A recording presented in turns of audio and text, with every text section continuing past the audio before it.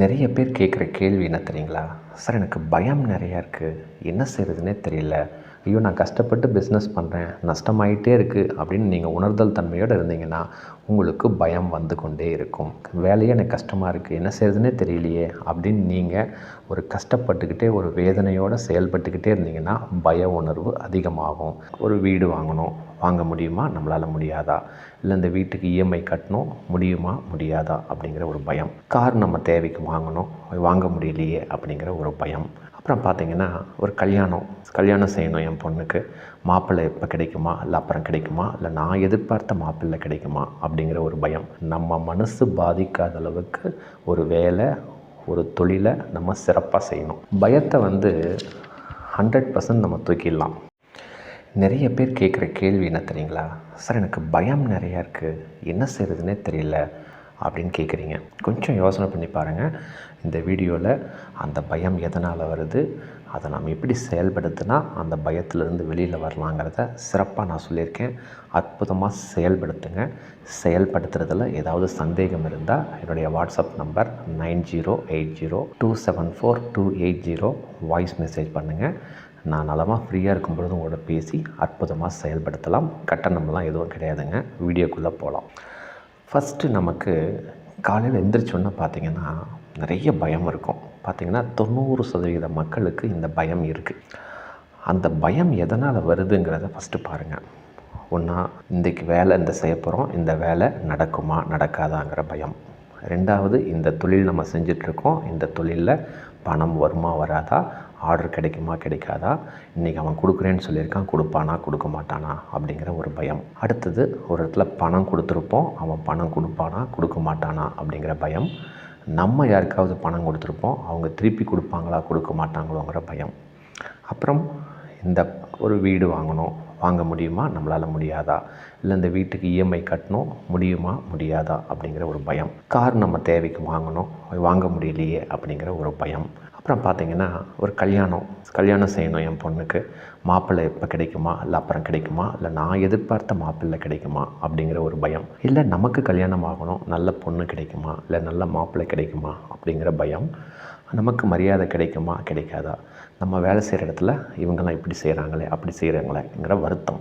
So இந்த ஏதாவது ஒரு சூழ்நிலையில் ஒன்று நம்மளை பயத்தை உண்டு பண்ணுது. இதுதான் காரணம்.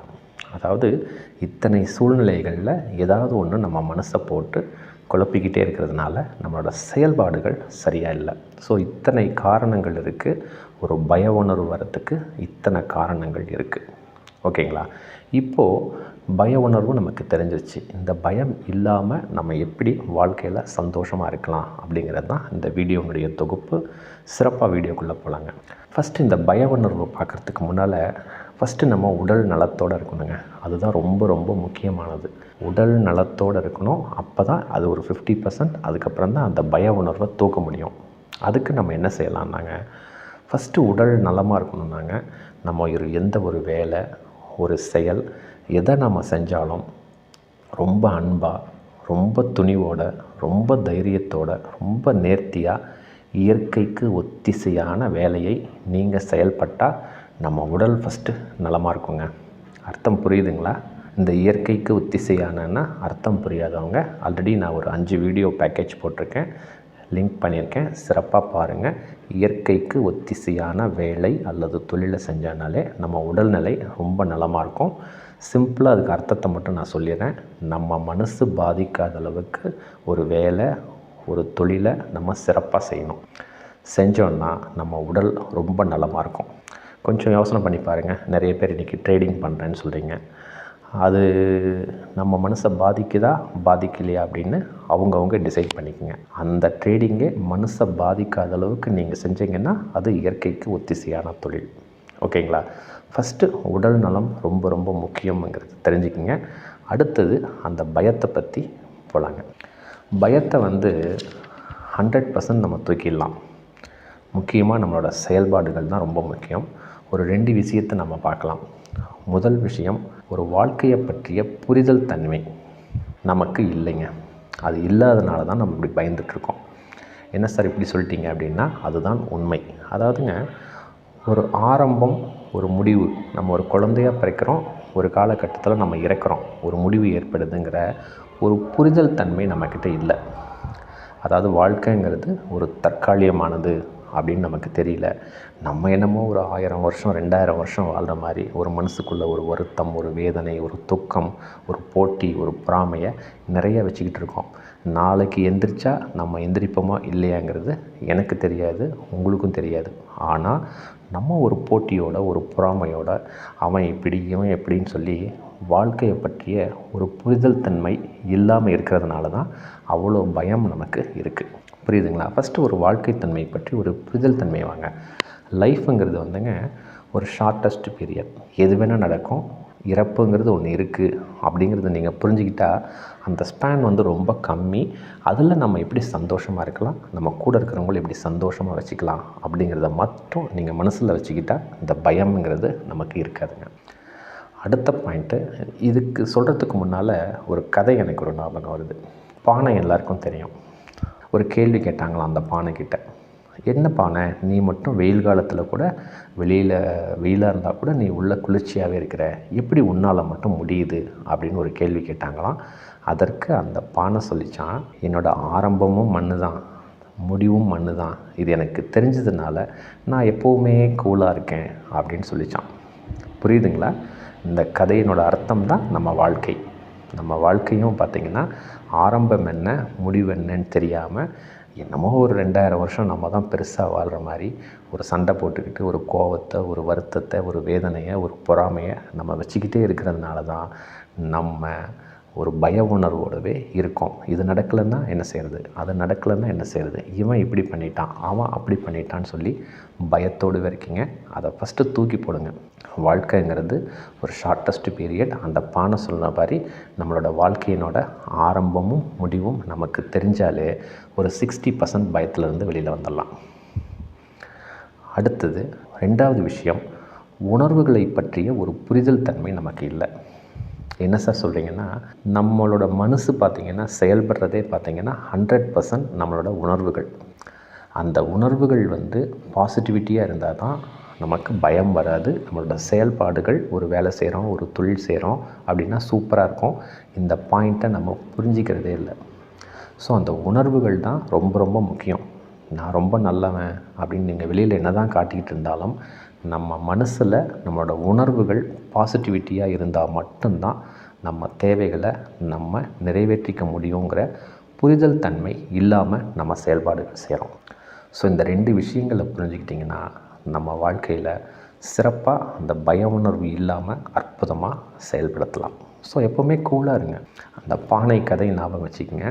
எது நடந்தாலும் அந்த ஒரு கூலாக நம்மளோட ஆரம்பம் முடிவு நமக்கு தெரியும் அப்படின்னு சொல்லிட்டு உணர்வுகளில் பாசிட்டிவிட்டியை இன்க்ரீஸ் பண்ணிவிட்டு நீங்கள் இருந்தீங்கன்னா, அதாவது இன்க்ரீஸ் பண்ணணும் பாசிட்டிவிட்டின்னா என்னங்க, நேர்மறையான எண்ணங்களோடு நம்ம செயல்பட்டால் இந்த பய உணர்வுங்கிறது 100% இருக்காதுங்க.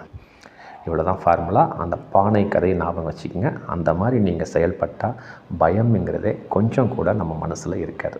சரி, இப்போ சொல்யூஷனுக்கு வரலாம். சரி சார், எல்லாம் சொல்லிட்டீங்க, நான் சொல்யூஷன் இதை எப்படி எக்ஸிக்யூட் பண்ணால் நான் அந்த பய உணர்வுலேருந்து வெளியில் வரலாம் அப்படின்னா ரொம்ப ரொம்ப சிம்பிள். சரணாகதியாக இருக்கணும். இப்போது ஒரு லாஸ்ட் வீக் கூட அந்த வீடியோ போட்டிருக்கேன். அதாவது இறைத்தன்மையோட சரணாகதின்னு சொல்லுவாங்க ஆன்மீகத்தில்.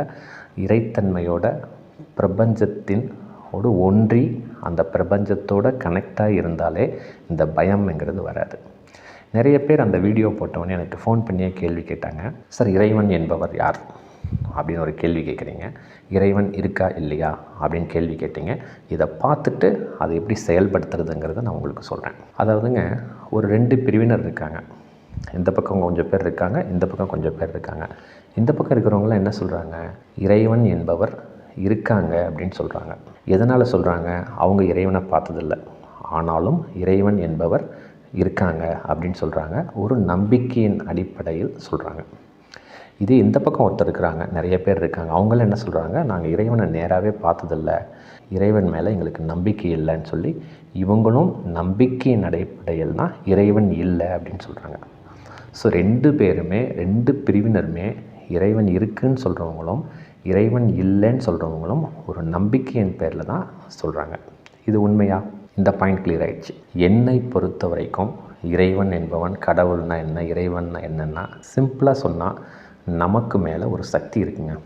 இதில் ஏதாவது மாற்று கருத்து இருக்கா? நீர், நிலம், காற்று, நெருப்பு, ஆகாயம், இந்த பூதங்கள் தான் நமக்கு தேவையான சக்தியை நம்ம உயிர் வாழ்கிறதுக்கு அத்தனையும் கொடுத்துட்ருக்கு. நம்ம வந்துட்டு போயிடுவோம், வருவோம், இறந்துருவோம். ஆனால் இந்த பிரபஞ்சம் நம்ம முன்னோர்கள்லேருந்து இனிமேல் வர நம்ம அடுத்த தலைமுறைக்கும் நீர், நிலம், காற்று, நெருப்பின் மூலமாக வாழ்வாதாரத்தை தினம் தினம் நல்லவன் கெட்டவன் பார்க்காம கொடுத்துக்கிட்டே இருக்குது. இதுதான் உண்மை. அந்த நீர், நிலம், காற்று, நெருப்புக்கு தான் பேர் பஞ்சபூதங்கள். அந்த பஞ்சபூதங்களுக்கு பேர் தான் பிரபஞ்சம். நான் அடிக்கடி எல்லா வீடியோலையும் சொல்கிறது, நமக்கு மேலே ஒரு சக்தி இருக்குது, அதுதான் இந்த பிரபஞ்சம் அப்படின்னு நான் சொல்கிறேன். இப்போ புரியுதுங்களா? ஸோ நமக்கு மேலே ஒரு சக்தி இருக்குது, அது பிரபஞ்சம். அது புரியணும் அப்படின்னா அந்த பிரபஞ்சத்துக்காக முன்னோர்கள் உருவாக்கப்பட்ட ஒரு பொருள் தான் இறைவன்.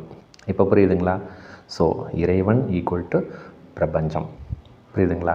நமக்கு மேலே ஒரு சக்தி இருக்குது, அதுதான் இறைவன், அதுதான் கடவுள், அதுதான் பிரபஞ்சம் அப்படிங்கிறத இந்த இடத்துல நான் கன்க்ளூட் பண்ண சொல்கிறேன். அதனால் பிரபஞ்சத்திட்ட கேட்கணுன்னாலும் எப்படி நம்ம கேட்கணுன்னாலும் அஃபர்மேஷன் இதே மாதிரி தான் பண்ணணும். இறைவன்கிட்ட நம்ம கேட்கணுன்னாலும் அதே மாதிரி தான் பண்ணணுங்கிறத புரிஞ்சுக்கிங்க. ஒன்று ஆன்மீகத்தில் ஒன்று சொல்லுவாங்க, கடவுள் அப்படின்னா கடந்து செல் உள்ளே அப்படிம்பாங்க. அதாவது நம்மளே நம்மளை கடந்து செல்கிறது தான், நமக்குள்ளேயே நம்ம புரிஞ்சிக்கிறது தான் கடவுள் அப்படின்னு சொல்லுவாங்க. கடந்து செல் உள்ளே.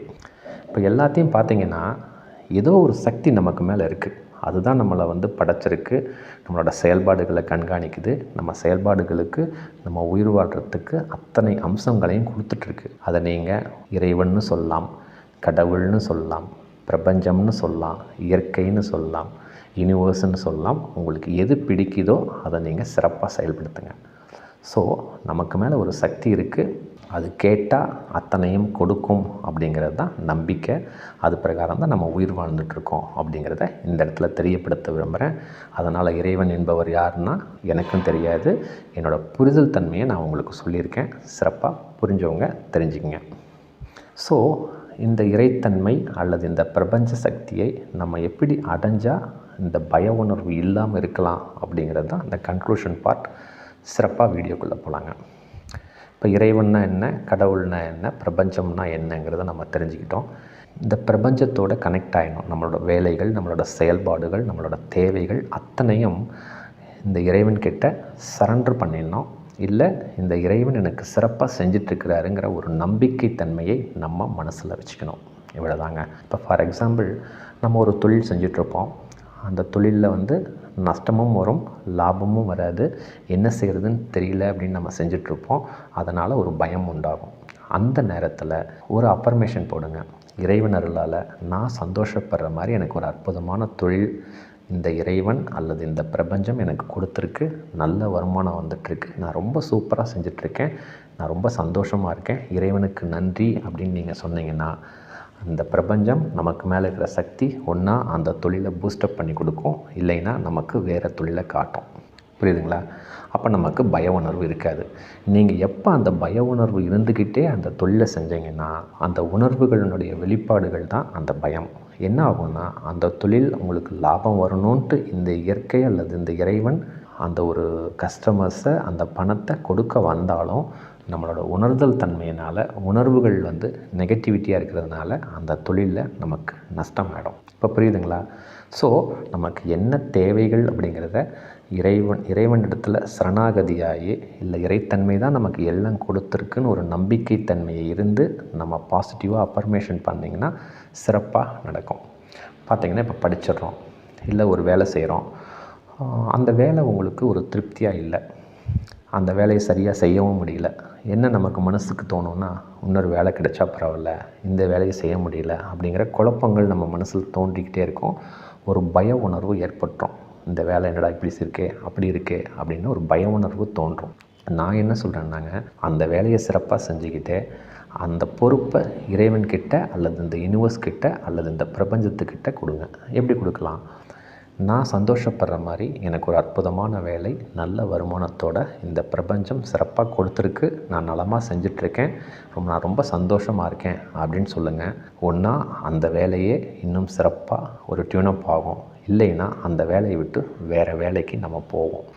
இவ்வளோ தாங்க உண்மை. ஸோ நம்ம தேவைகளை இறைவன்கிட்ட பாசிட்டிவாக கேட்டால் நமக்கு ரிசல்ட் வரும். நம்ம செய்கிற தப்பு என்ன தெரியுங்களா? ஐயோ, நான் கஷ்டப்பட்டு பிஸ்னஸ் பண்ணுறேன், நஷ்டமாயிட்டே இருக்குது அப்படின்னு நீங்கள் உணர்தல் தன்மையோடு இருந்தீங்கன்னா உங்களுக்கு பயம் வந்து கொண்டே இருக்கும். அதே மாதிரி ஐயோ, இந்த வேலையே எனக்கு கஷ்டமாக இருக்குது, என்ன செய்கிறதுனே தெரியலையே அப்படின்னு நீங்கள் ஒரு கஷ்டப்பட்டுக்கிட்டே ஒரு வேதனையோடு செயல்பட்டுக்கிட்டே இருந்தீங்கன்னா பய உணர்வு அதிகமாகும். அதுக்காக தான் இந்த இறைவன்கிட்ட நீங்கள் அந்த பொறுப்பை சரணாகதிங்கிற பேரில் இறைத்தன்மையோடு நீங்கள் செயல்பட்டால் நமக்கு அதுக்கு ஒரு அற்புதமான ரிசல்ட் கிடைக்கும். அந்த பய உணர்வு போயிடும், நம்ம தேவைகள் சிறப்பாக கிடைக்குங்கிறது தான் இந்த வீடியோனுடைய தொகுப்பு. சிறப்பாக செயல்படுத்தி பாருங்கள். நமக்கு ஒரு கல்யாணம் ஆகணும், ஒரு வீடு கிடைக்கணும், ஒரு கார் வாங்கணும், ஒரு தோட்டம் வாங்கணும், ஒரு பையனுக்கு ஒரு நல்ல வேலை கிடைக்கணும், எல்லாத்துக்கும் இதே ஃபார்முலா தான். அதனை பற்றிய உணர்வுகளை நம்ம மனசில் வச்சுக்காமல், அந்த ஒரு பயத்தை வச்சுக்காமல், உங்கள் தேவைகளை பாசிட்டிவாக நீங்கள் அஃபர்மேஷன் போட்டிங்கன்னா சூப்பராக இந்த இறைத்தன்மை அல்லது இந்த பிரபஞ்சம் நமக்கு அற்புதமாக கொடுக்கும். அப்படிங்கிறது தாங்க ஃபார்முலா. சிறப்பாக செயல்படுத்துங்க. இன்னும் அடுத்த வீடியோவில் அற்புதமான தலைப்பை விவாதிக்கலாம். சிறப்பாக செயல்படுத்துங்க. வாழ்க்கைங்கிறது சந்தோஷமாக வாழ்கிறதுக்கு தான். மிக்க நன்றிங்க.